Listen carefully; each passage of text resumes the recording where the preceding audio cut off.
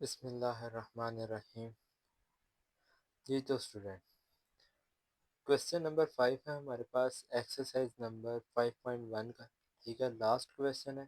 और ये भी जो है ये उसी तरह ही हमने करना है जिस तरह हमने क्वेश्चन नंबर 1 किया है।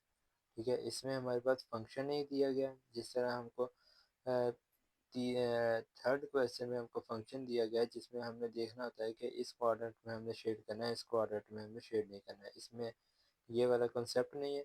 इसमें हमको 3 इक्वेशन दी गई हैं, तीनों इक्वेशन को जो है हमने ग्राफ बनाकर तो उसमें शेडिंग कर देनी है। ठीक है, अगर तो ये आ जाए तीनों वैल्यू तीनों इक्वेशन की जो है वो हमारे पास आ जाए ट्रू आ जाए तो फंक्शन जो है ओरिजिन में बनेगा, सॉरी शेडिंग जो है वो ओरिजिन में होगी। अगर उनमें से एक भी जो है आ जाए फॉल्स आ जाए तो उसका हम कॉमन निकालेंगे। कॉमन निकालने का तरीका मैंने आपको क्वेश्चन नंबर 2 में बता दिया हुआ है। ठीक है, यहाँ भी मैं आपको जो है वो रिपीट करता जाऊँगा तो आपको मज़ीद समझ लग जाएगी। ठीक है, स्टार्ट करते हैं question number 5।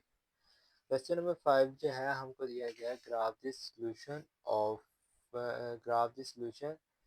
Reason of the following system of linear inequality by shading. ठीक, ये हमको क्वेश्चन नंबर 5 दिया गया है, इसका पार्ट नंबर 1 देखिए। पार्ट नंबर 1 हमको दिया गया 3x minus 4y less than equal आ जाएगा 12 पे। 3x आ जाएगा प्लस 4y आ जाएगा ग्रेटर देन आ जाएगा इक्वल 3 आ जाएगा x प्लस 2y। ठीक है, लेस देन इक्वल आ जाएगा ग्रेटर देन 9 के। अब आगे आपको पता है, जो स्टूडेंट पिछले क्वेश्चन भी आप कर कर आए हैं उनको पता है आगे क्या करना है। आगे हम करेंगे four associate equation. For associate equation का मतलब मैंने आपको पीछे भी बता दिया है, चलिए आप फिर से बता देता हूँ। जो स्टूडेंट क्वेश्चन नंबर 5 ही देख रहे हैं तो उनके लिए फॉर एसोसिएट बता देता हूँ। यहाँ से हमने ये जो है वो लेस देन ग्रेटर देन जो है इसको हमने ख़त्म कर देना और यहाँ पर हमने इक्वल के का साइन लगा देना। ठीक है, इसको हम इक्वेशन नंबर 1 का नाम देंगे। ठीक है, इसको हम इक्वेशन नंबर 2 का नाम देंगे। ठीक है, इसको जो है इक्वेशन नंबर 3 का नाम दे देंगे। ये अब फ्रॉम इक्वेशन नंबर 1 यानी कि हम इक्वेशन नंबर 1 को सॉल्व करेंगे। ठीक है ना, इक्वेशन नंबर 1 को सॉल्व करने के लिए हमने इधर लिख लिया 3x माइनस 4y इक्वल आ जाएगा 12। ठीक है, अब इसमें आपने करना ये है कि पहले आपने एक बार पुट करना है x इक्वल टू 0, यानी कि x जो है x की वैल्यू हम 0 के इक्वल पुट करेंगे। जब हमने x को 0 के इक्वल पुट किया तो हमारे पास ये आ गया -4y इक्वल आ जाएगा 12 के। ये -4 नीचे जाकर इसके अंदर डिवाइड हो जाएगा तो हमारे पास इसका जो y की वैल्यू आ गई है वो हमारे पास आ जाएगी y-3।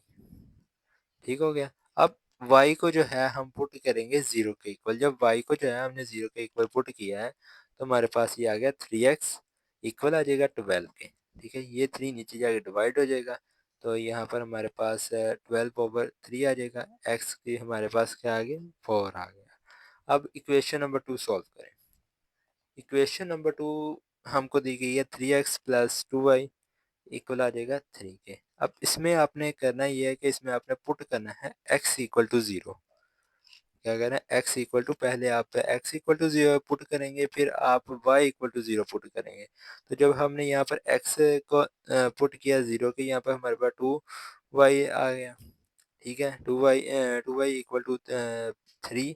ये 2 नीचे जाकर डिवाइड हो जाएगा तो हमारे पास ये y की वैल्यू आ गई 3/2। उम्मीद है आपको समझ लग गई होगी। और अब आगे आपने करना ये है कि इसमें आप पुट करेंगे 3x आ जाएगा और 3 ये 3 नीचे जाके डिवाइड हो जाएगा तो x आ जाएगा 3/3 आ जाएगा हमारे पास। तो x की जो वैल्यू है हमारे पास 1 आ जाएगी। अब इक्वेशन नंबर 3 सॉल्व करें। इक्वेशन नंबर 3 सॉल्व करने का इक्वेशन नंबर 3 पहले देखें हमको दी कौन सी है। इक्वेशन नंबर 3 हमारे पास है x प्लस 2y। ठीक है, और इक्वल टू y के। अब इसमें हमने सबसे पहले तो x इक्वल टू 0 पुट करना है। ठीक है, जब हमने x इक्वल टू 0 पुट किया तो हमारे पास ये आ जाएगा x इक्वल टू 0 पुट किया तो हमारे पास ये 2y बच जाएगा। 2y इक्वल टू 9 आ जाएगा। ठीक है, y ये 2 नीचे जाए डिवाइड हो जाएगा तो हमारे पास 9/2 आ जाएगा। और फिर हमने जब y इक्वल टू 0 पुट किया तो x हमारे पास 9 के आ गया। अब इसका ग्राफ बनाएंगे हम। ग्राफ बनाने के लिए सबसे पहले आप देखें इधर, ये हमने ग्राफ बना लिया। पहले इक्वेशन नंबर 1 में हमारे पास जो है वो x दिया गया है, x हमारे पास है अभी 1, ठीक है। इक्वेशन नंबर 1 में, सॉरी ये है इक्वेशन नंबर 1 का ग्राफ हमारे पास। तो इसमें हमारे पास x दिया गया था 4, यानी कि x की वैल्यू हमारे पास 4 आई थी, और y की वैल्यू हमारे पास जो है वो 3 आई, ठीक है। इसको हमने ज्वाइन कर लिया। अब इसी तरह आपने जो है वो इक्वेशन 2 का देखना है। इक्वेशन 2 का हमको 1 और 1, इक्वेशन 2 में हमारे पास यहाँ पर 3/2 है, ठीक है। 3/2 अगर आप इसको कैलकुलेटर पर करें तो हमारे पास ये 1.5 आता है। 1.5 यहाँ पर बनेगा, ठीक है, इसका पॉइंट। तो इसमें x हमारे पास 1 आया था, तो इस तरह हम इसको ज्वाइन करेंगे, ठीक है। अब इसके जो है वो आपने देखने हैं इक्वेशन नंबर 3, उसका ग्राफ बनाना। वहाँ पर उसका हमारे पास आया था 9, x हमारे पास 9 आया था, और y हमारे पास जो है 9/2 आया था। अगर आप 9/2 को जो है कैलकुलेटर पर करें ना, तो ये हमारे पास आता है 4.5, ठीक है ना, 4.5 आता है। तो यहाँ पर हमने इसको ज्वाइन कर लिया आपस में, तो हमने इस तरह। अब इसको शेडिंग करनी है। शेडिंग करने का तरीका आपको पता है। सबसे पहले आप चेक करेंगे, जब हमने इक्वेशन नंबर 1 को चेक किया है तो ये हमारे पास फॉल्स आ गई है, यानी कि इसमें इक्वेशन नंबर 1 है, एक्स और वाई की जगह हमने जब 0 पुट किया तो हमारे पास ये ग्रेटर देन 3 आ जाएगा, ठीक है। जब हमने इक्वेशन 2 को इधर सोल्व किया तो ये हमारे पास 2 आ जाएगी। इक्वेशन 3 को सोल्व किया तो ये हमारे पास ये भी ट्रू आ जाएगी। अब मैंने आपको बताया, अगर तो तीनों इक्वेशन ट्रू हो जाएं तो फंक्शन जो शेडिंग जो है वो हमारे पास ओरिजिन में होगी। ओरिजिन जो है वो इस पॉइंट को कहते हैं, ठीक है। ये हमारे पास जो है वो ओरिजिन का पॉइंट है, ठीक है। अब इसमें जो है वो एक फाज है, तो इसके लिए हम इसको कॉमन लेंगे। कॉमन लेने का तरीका मैंने आपको बता दिया, ठीक है। यहाँ पर फिर से आपको एक बार फिर रिपीट कर देता हूँ। ये फर्ज कर लें, ये हमारे पास ये हमने ग्राफ बनाया है, ठीक है। ये सिर्फ आपने फर्ज ही करना है, ठीक है। ये हमारे पास फर्ज है। इक्वेशन नंबर 1 का जो ग्राफ है वो हमारे पास इस तरह बना है, ठीक है। इक्वेशन नंबर 1 का ग्राफ हमारे पास इस तरह बना है, और इक्वेशन नंबर 2 का ग्राफ जो है वो हमारे पास इस तरह बना है, और जो है वो इक्वेशन नंबर 3 उसका ग्राफ हमारे पास इस तरह बना है, ठीक है। अब इसमें जो है आपने कॉमन किस तरह करना है, पहले आपने देखना है इक्वेशन नंबर 1। इक्वेशन नंबर 1 जो है अब ये है हमारे पास, वो आई है हमारे पास फाल्स। जब फाल्स आती है तो इसकी शेडिंग जो है वो बाहर की जाना वैसे होगी, ठीक है। ये होगी इक्वेशन नंबर 1, और इक्वेशन नंबर 2 हमारे पास है ये ट्रू, ठीक है। अब इसमें इक्वेशन नंबर 2 जो है वो हमारे पास ये है। जब ट्रू होगी तो ये हमारे पास बन जाएगा इस तरह, इसकी शेडिंग होगी, ठीक है। और सॉरी, ये जो है वो इक्वेशन नंबर 2 ये वाली है, ठीक है। तो इस तरह बाकी आप देख लीजिएगा, ठीक है। अब इक्वेशन नंबर 3 हमारे पास है, वो भी ट्रू आई है। तो इक्वेशन नंबर 3 है, इसका भी ओरिजिन की तरफ बनेगा, अंदर की जाना, ठीक है। ये इस तरह। अब इसमें जो है हमारे पास ये वाला एरिया कॉमन है, ठीक है। तो इस तरह हमने इसको जो है वो कर लेंगे शेड।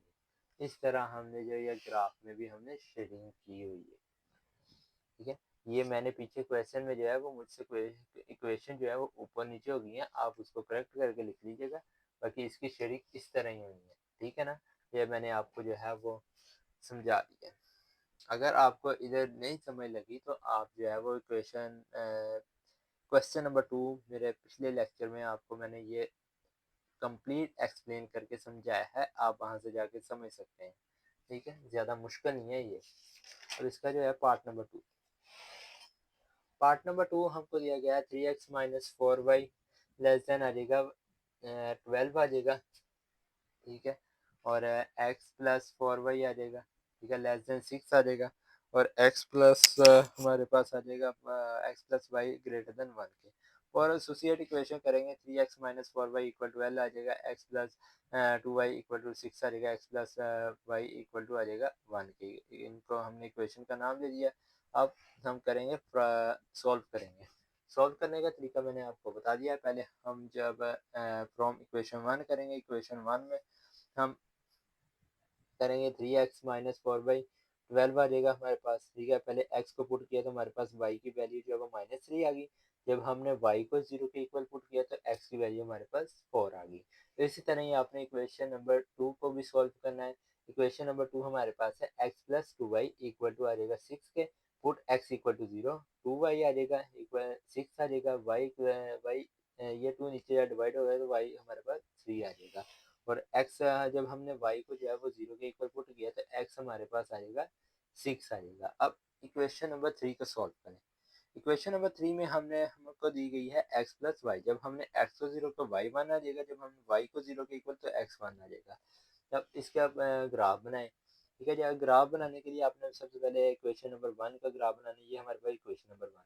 इसमें हमारे पास x जो है वो -0.3 है, ठीक है। और x जो है वो हमारे पास 4 है, ठीक है। और दूसरी इक्वेशन में हमारे पास x 6 आया है, y 3 आया, ठीक है। तीसरी इक्वेशन में x 1 और y भी 1 आ जाएगा।